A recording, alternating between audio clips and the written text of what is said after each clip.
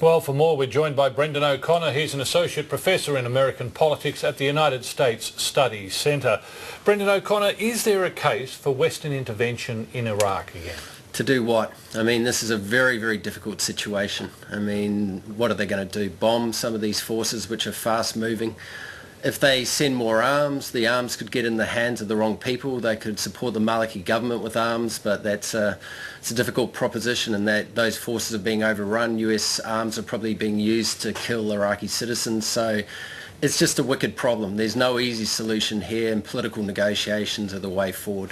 If ISIS, though, continues with its military successes, is there a case that some limited military action could be taken? Maybe the threat of military action might be useful, but regional negotiations are what are needed here. I mean, this really seems like it's spinning out of control. So I think there's the need for some kind of regional, partners to come together, the US to be part of that, for the Russians and the Chinese hopefully to be part of that, and that extends to Syria. I mean, this is partly about Syria, what's going on at the moment. That's as much as anything else. Now, the neighbouring states, I'm interested to know what you think about them. Israel, Turkey, Jordan, they're not just going to sit by and let a caliphate be set up in their backyard, are they? No, I mean, the ISIS aims are unrealistic. A caliphate isn't going to occur. States are going to be there, but the porous border between Syria and Iraq is a real problem, and that's been really a real significant problem in this conflict. So is it bringing in a wider number of states, the US probably leading some sort of negotiations, a diplomatic effort? Is that the way forward? Probably, yeah. I mean, there's not going to be no simple solution here. Obama's going to be criticised for not doing enough. I think Boehner's saying he took a nap in recent times, that he should have done more, but what could he have done? The Iraqis wanted the US forces to leave Iraq.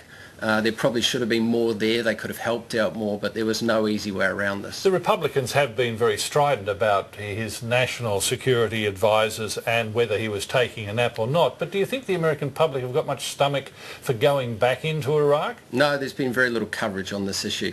I mean, 1,000 people a month have been probably dying in Iraq in the last 2 or 3 months, and there's been very little coverage of this. So it's suddenly Iraq has jumped up as though it's not been a problem for the last 3 or 4 months, which it has been. All right. So are there pinch points that the American diplomats can point to where there could be some leverage to be had against what's happening in Iraq and in Syria? Very few.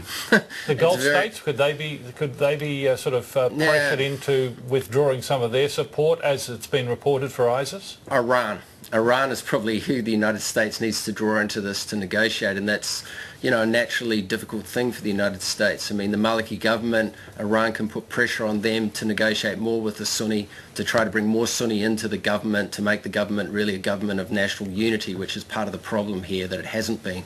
So America has to reach out to sort of friends and enemies in the Gulf in some regards, and it shouldn't be all on America. It really has to be an international effort. So the more this gets framed as America's problem, partly it is. I mean, it caused many of these problems by invading Iraq in 2003, so it can't just walk away from it. But there's no way America by any action is going to solve what's going on there at the moment, but it could mitigate some of the worst of it. All right, well, Brendon O'Connor, Associate Professor in American Politics, thank you very much for joining us this afternoon. My pleasure. Thank you.